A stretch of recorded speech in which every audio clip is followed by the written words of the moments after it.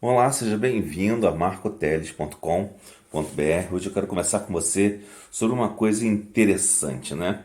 Estava meditando aqui com minha esposa sobre essas questões que às vezes as pessoas colocam e destroem às vezes coisas importantes como a família, né?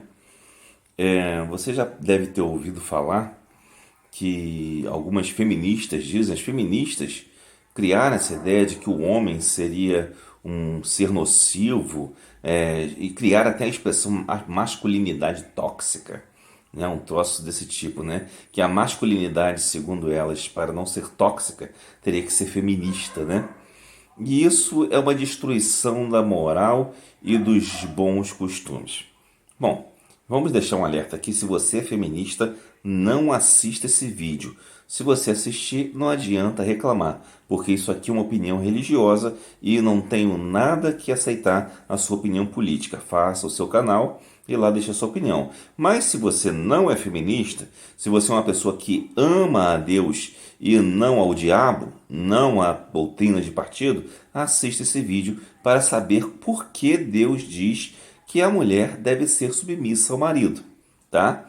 Agora, se você não quer ouvir, você tem todo o direito de não ouvir, mas eu estou deixando o aviso para você não perder o seu tempo se você não quiser ouvir a verdade bíblica, né? Se você quiser ouvir mentiras feministas, vá para outro canal, tá? Mas se você quiser ouvir a verdade bíblica, continue comigo.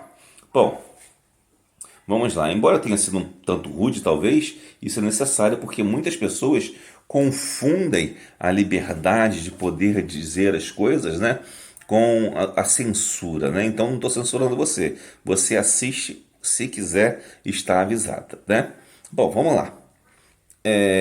Há um tempo atrás, né, as feministas começaram a mostrar problemas nas famílias, né, e justificar coisas como divórcio e coisas do tipo, né? Elas geralmente usavam situações de homens viciados em álcool, que batiam mulheres e coisas, que tinham amantes e coisas do gênero, e criaram aquela velha história: homem não presta, como se todos os homens fossem da mesma maneira, né? O coisa que não era verdade. Muitos homens, a maioria até, era caseiro e cuidava da sua família, né? Mas criaram essa história de que o homem não presta. E como diz a Bíblia, né, a sabedoria dos homens, ou das feministas também, é loucura para Deus, e a sabedoria de Deus é loucura para os homens, a sabedoria das feministas diz que deve-se evitar o patriarcado, né? A ideia de patriarcado, onde o homem seria o mediador das decisões na família, né? Deus, lá em Gênesis, capítulo 2, né, ou melhor, 3, né, ele define para a mulher que a vontade dela seria para o seu marido, não para todos os homens, mas para o seu marido, né? Ou seja, a mulher na família, ela deve estar submissa ao esposo, né? Aí alguém vai dizer assim: oh, que absurdo, como pode ser isso? Somos todos iguais na família. Não somos, não. Na família ninguém é igual. Cada um tem seu papel, né? E vou te explicar por quê. Se você vai lá em Coríntios, né? Quando Paulo fala do corpo de Cristo, ele diz que uns foram, cada um tem seu papel no corpo, né? Ou seja, a mão não pode dizer que não sou mão, não quero ser mão, quero fazer o que o pé faz. Ou o olho dizer que quer fazer o que a boca faz. Não pode, cada um tem o seu papel e cada um deve agir conforme o seu papel. E ele dá esse exemplo para mostrar que na Igreja de Cristo também é assim. A gente pode entender por aí, começar a ver uma ideia de que, para o conceito bíblico, a sociedade, a igreja sendo um tipo de sociedade de cristãos, de servos de Deus, a sociedade já tem uma estrutura orgânica, tá? Então se espera alguma coisa dessa sociedade orgânica.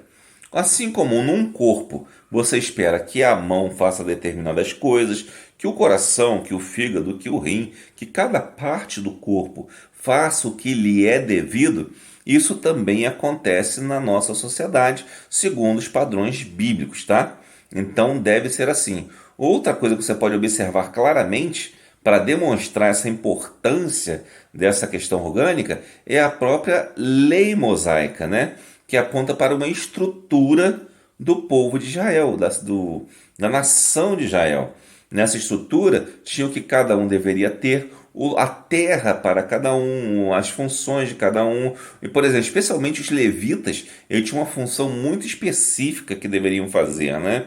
E dentre esses levitas, Davi, por exemplo, organizou esses levitas em turnos, de forma que ficasse mais organizado o trabalho. E dentro de Israel existiam aqueles sujeitos que eram, por exemplo, juízes, tinham profetas, tinham pessoas com funções diferentes que faziam a sociedade funcionar. A gente pode entender que dentro, né, do contexto bíblico, a ideia de uma sociedade orgânica faz sentido, né? Então, se você pensar numa sociedade orgânica, onde cada um tem o seu papel, você pode remontar ainda aos patriarcas, né? Assim como Eva era submissa a Adão, já o início dessa definição do patriarcado, né? Também Sara foi submissa a Abraão, né? Rebeca, Isaac, e por aí vai, né? Então nós vemos que as mulheres eram submissas a seus maridos e com isso Israel se estruturou. Quando Israel começou a se afastar das coisas de Deus, e por exemplo, foi ter uma rainha como Jezabel, que começou a ter um rei fraco e um rei infiel a Deus, inclusive, né? O povo de Israel começou a fracassar porque abandonou a estrutura básica da sociedade. Como eu disse para você, nós funcionamos como um organismo e a família é como se fosse um organismo, né? Sendo um organismo, cada um tem que ter a sua função. Assim como na igreja, lá em Coríntios, você vai encontrar que Cristo é o cabeça da igreja, na família também tem que haver um cabeça. Nas tribos de Israel, cada tribo tinha o seu líder, né? E por aí vai. Então podemos perceber que há necessidade de se estabelecer um padrão de funcionamento esperado, né? E nesse padrão de funcionamento esperado tem que haver alguém que decida as variáveis, as mudanças que possam ocorrer. E essa pessoa não pode ser qualquer um, ela tem que ser bem definida. Ela não pode, a gente decide quem vai ser, a gente elege qualquer um. Já é bem definido na Bíblia. No caso, é o pai de família, né, que decide isso. E é interessante a gente perceber que Deus é tão sábio, mas tão sábio, que imaginando que alguém iria contestar isso no futuro, olha lá minha calopsita, a calopsita da minha esposa ali, ó. Imaginando que alguém ia contestar isso no futuro, pensou o seguinte, né, e deu a ordem a Eva, que as mulheres deveriam ser submissas a seus maridos, para que não se desestruturasse a família. Porque quando a mulher obedece ao seu marido, existe um padrão ao qual se esperar uma solução para os problemas, né? Até mesmo quando temos personalidades diferentes. Por exemplo, existem mulheres que vamos chamar assim de mandão, mandona e passivo, né? Existem mulheres que são mandonas e homens que são mandões. Existem mulheres que são passivas e homens que são passivos, né? No caso, quando uma mulher mandona casa com um homem passivo, se ela for somente pela sua personalidade, ela vai destruir o seu casamento e vai destruir a sua família. Agora, se ela obedecer à vontade de Deus e se submeter ao seu marido, quando houver problemas, ela vai encontrar a solução esperada, de acordo com a vontade de Deus, e sua família vai prevalecer.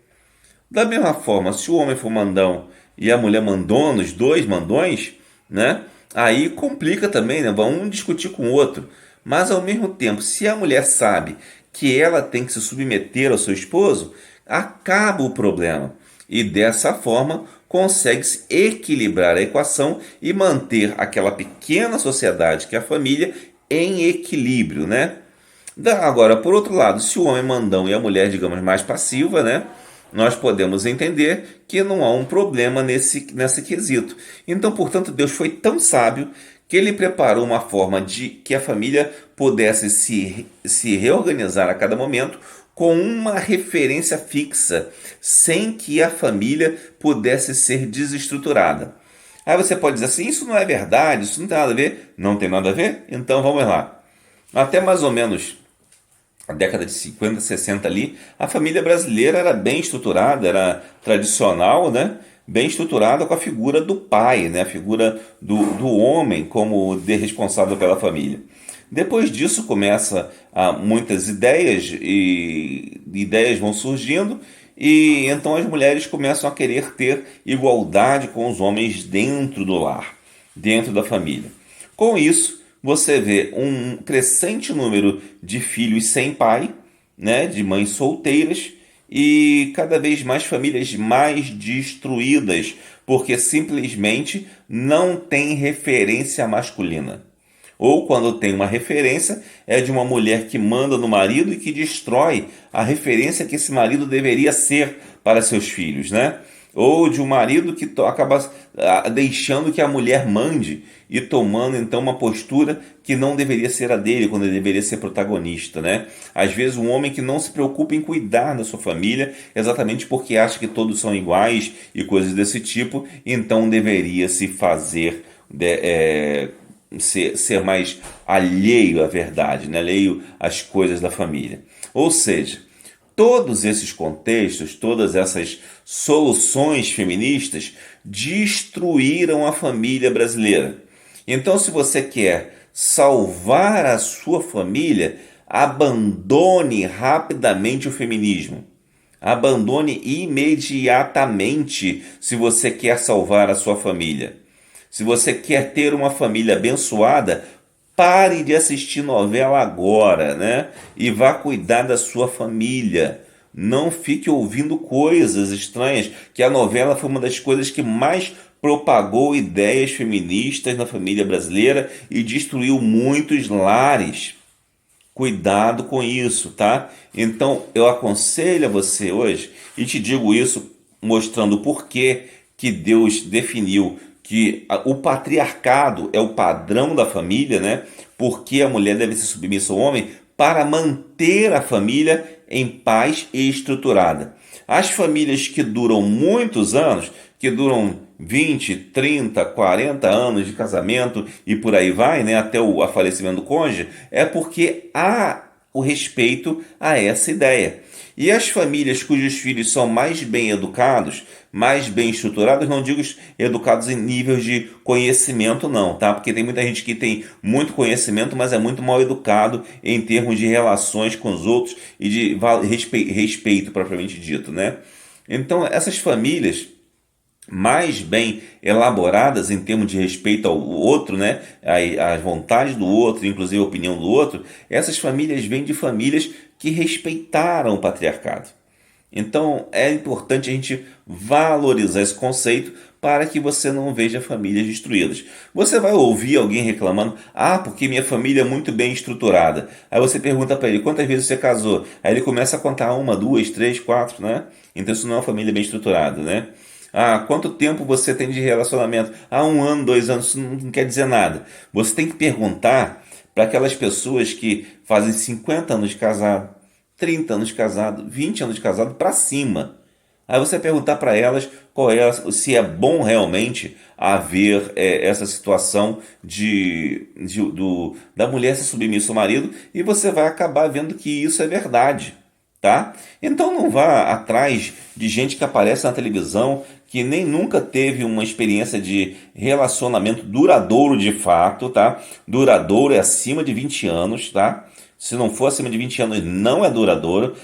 Uma vez uma pessoa chegou para mim e disse, reclamando alguma coisa. Eu falei, não, é porque eu sou casado, era porque eu era barrigudo, né? Você tem que fazer exercício. Não dá tempo, porque eu trabalho longe, moro longe e tal. E casado a gente acaba comendo uma comida boa da esposa, fazer uma comidinha gostosa, a gente acaba engordando. Uma brincadeira que eu falei. Aí ele falou, isso não tem nada a ver, porque eu já tive vários relacionamentos duradouros e não engordei, né? Falando ele, né? Aí eu perguntei, quanto tempo durou seu relacionamento? Quanto tempo durou não interessa, mas o que interessa foi duradouro. Sim, mas duradouro quanto tempo? Aí ele falou, foi 1 ano e meio cada um. Aí, poxa, você vem me esculhambar, dizendo que eu não sei dizer nada sobre casamento, querendo me ensinar coisa de casamento, tendo 1 ano e meio de relacionamento no máximo, quando você teve vários, sendo que na época eu já tinha 16 anos de casado. Percebe? Então você não deve ouvir pessoas que não têm nada para oferecer ensinando coisa errada sobre família, tá? Aprenda o que a Bíblia diz. dê ouvidos ao que a Bíblia diz, para a sua família prevalecer, para a sua família continuar estruturada, tem que ser como a Bíblia ensina. E é necessário que você respeite o patriarcado, seja você homem ou mulher, fazendo o que deve ser feito para prevalecer a sua família. Deus nos abençoe.